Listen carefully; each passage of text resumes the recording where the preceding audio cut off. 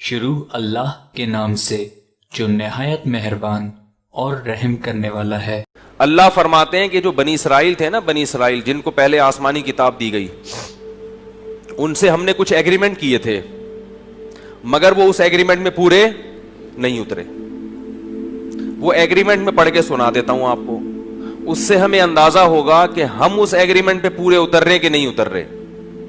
وَإِذْ أَخَذْنَا مِيثَاقَ بَنِي إِسْرَائِيلَ لَا تَعْبُدُونَ إِلَّا اللَّهَ وَبِالْوَالِدَيْنِ إِحْسَانًا وَذِي الْقُرْبَى وَالْيَتَامَى وَالْمَسَاكِينِ وَقُولُوا لِلنَّاسِ حُسْنًا وَأَقِيمُوا الصَّلَاةَ وَآتُوا الزَّكَاةَ۔ فرمایا ہم نے بنی اسرائیل سے سخت اور مضبوط معاہدہ لیا تھا۔ مضبوط معاہدہ ایسی بات پر کیا جاتا ہے جو احکام اللہ کی نظر میں بہت زیادہ اہم ہوں۔ وہ سخت اور مضبوط ایگریمنٹ کیا تھا؟ لا تعبدون الا اللہ، کہ عبادت صرف کس کی ہوگی؟ اللہ کی۔ آج مسلمانوں کا ایک بہت بڑا طبقہ عبادت میں پیغمبر کو اور اولیاء کو اللہ کے ساتھ شریک بولو یار کر چکا ہے۔ لوگ مجھے کہتے ہیں اس ٹاپک پر نہ بولا کریں آپ، کہ بھئی نبی کی بھی عبادت ہو رہی ہے، نبی سے بھی دعائیں مانگی جا رہی ہیں، نبی کو بھی حاجت روا مشکل کشا سمجھا جا رہا ہے۔ اس ٹاپک پر بات کرنے سے فرقواریت پھیلتی ہے۔ میں ان سے ایک بات کہتا ہوں کہ اگر ہم توحید ہی بیان کرنا چھوڑ دیں جو اسلام کی بنیاد ہے، تو ممبر پہ بیٹھنے کا بھائی جب بھی آپ حق بات کریں گے تو ظاہر ہے کسی نہ کسی کو تو اس سے کچھ نہ کچھ تو تکلیف ہوگی نا، کسی نہ کسی کو۔ تو اس میں یہ دیکھا جاتا ہے کہ اس حق کی نوعیت کیا ہے۔ اگر یہ بہت اہم مسئلہ ہے تو بیان کرو، اہم مسئلہ نہیں ہے تو اسے کسی دوسرے وقت کے لیے رکھ دو۔ بھائی کیا خیال ہے؟ بھائی بہت اہم ہے تو ٹھیک ہے، نہیں ہے تو پہلے اہم مسئلے حل ہو جائیں پھر اس طرف آئیں گے۔ لیکن اگر وہ اسلام کی بنیاد ہے اس کو تو بیان بہرحال۔ اب اگر میں ختم نبوت کا عقیدہ بیان کروں اور قادیانیوں کو اس سے تکلیف ہوتی ہے، ان کے جذبات مجروح ہوتے ہیں، بھائی ہونے دو، کیونکہ اگر آپ ختم نبوت کے معاملے میں لچک دکھائیں گے اس کا مطلب تو آپ کا پورا مذہب کا ستیہ ناس ہو گیا۔ پھر یہ تو آپ نے اپنی شریعت کو مان لیا کہ یہ منسوخ ہو سکتی ہے، تو محمد صلی اللہ علیہ وسلم کے ساتھ شرکت ہو گئی ہے۔ تو اسی طرح یاد رکھو ختم نبوت سے بھی زیادہ اہم مسئلہ اللہ کی توحید کا ہے، کیونکہ نبوت کا بنیادی مقصد اللہ کو ایک ہونا ثابت کرنا۔ انبیاء کا تو مقصد ہی ہوتا ہے۔ تو جیسے ختم نبوت پہ ڈاکہ برداشت نہیں ہوگا، ایسے ہی اللہ کی توحید پہ بھی ڈاکہ برداشت نہیں ہوگا، بلکہ یہ اس سے بھی بڑا جرم ہے۔ بھائی جیسے نبوت میں شرکت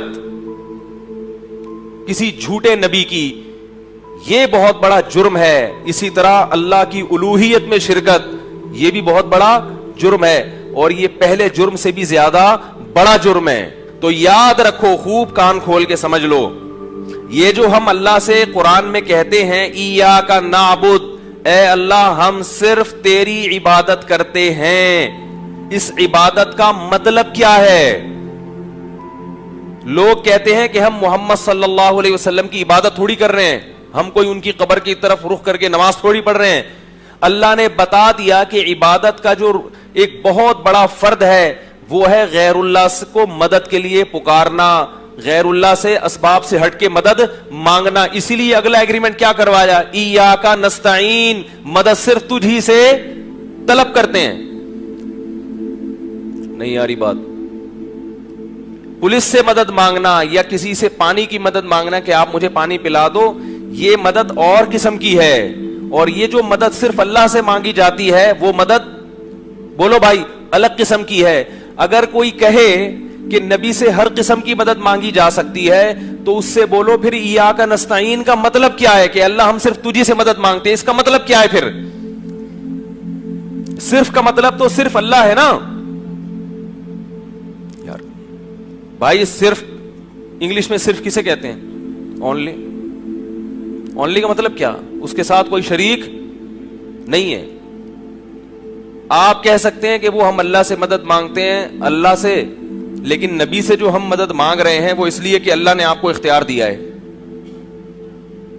تو اللہ یہاں ہر قسم کی مدد کی بولو بھائی، اللہ کہہ رہے ہم جب تم سے ایگریمنٹ لوں گا کہ تم جب مدد مانگو گے تو کس سے مانگو گے؟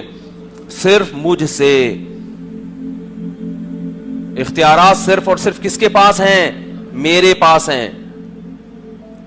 یاد رکھو اگر اللہ کے سوا کسی سے اسباب سے ہٹ کے مدد مانگی, اپنی جانوں پہ رحم کھاؤ, ترس کھاؤ. فرقواریت مت کرو, دیوبندی بریلوی ایسے ایسے وہ آنے لگتے ہیں میرے خلاف نا کمنٹس کے, وہابی ہے اور یہ فلانے فرقے کا ہے, یہ اپنے فرقواریت پھیلا رہا ہے. تانے دیتے رہو, جہنم کی آگ میں لٹکے ہوئے ہوگے. اگر شرک قابل معافی ہوتا تو اللہ سب سے پہلے محمد صلی اللہ علیہ وسلم کے چچا ابو طالب کو اور آپ کے دادا عبد المطلب کو جہنم کی آگ سے بچاتا. ابراہیم علیہ السلام کے والد کو اللہ جہنم کی آگ سے بچاتا. شرک قابل معافی بولو بھائی نہیں ہے. آپ یوٹیوب پہ میرے خلاف کمنٹ سینکڑوں کر دیں, خدا کی قسم قیامت میں رو رہے ہوگے کہ مولوی صحیح کہہ رہا تھا, کاش ہم اس کی بات پر عمل کر لیتے. اور یہ میری بات نہیں ہے, میں کون ہوتا ہوں, یہ اللہ رسول کی بات ہے, یہ تو اجماعی عقیدہ ہے.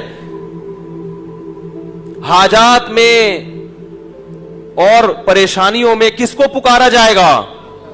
اللہ کو پکارا جائے گا. ہر نماز میں ہماری زبان سے اللہ ہم سے اگلوا رہا ہے ایاک نعبد, اور اللہ کہہ رہے اس فاتحہ کے بغیر نماز ہی نہیں قبول کروں گا میں. اگلوا رہا ہے ایاک نعبد, ہم تیری ہی عبادت کرتے ہیں, و ایاک نستعین, صرف تجھ سے مدد طلب کرتے ہیں. بار بار کہہ رہے ہیں, بار بار کہہ رہے ہیں, لیکن بعد میں آ کے کیا کرتے ہیں؟ نہیں بھائی ادھر بھی جائز ہے, ادھر بھی جائز ہے, اس سے بھی مانگنا جائز, اس سے بھی جائز. یہ گستاخ رسول ہیں, یہ گستاخ اولیاء ہیں, یہ گستاخ ولی ہیں. آپ صلی اللہ علیہ وسلم نے صاف لفظوں میں فرمایا لا تطرونی کما اطرت النصارى کما قال صلی اللہ علیہ وسلم, فرمایا میری حیثیت کو ایسے مت بڑھاؤ جیسے نصارہ نے عیسیٰ ابن مریم کی حیثیت کو بڑھا دیا. اس لیے یاد رکھو شرک شرک ہی ہوتا ہے, اس کے کوئی دو نام نہیں ہوتے.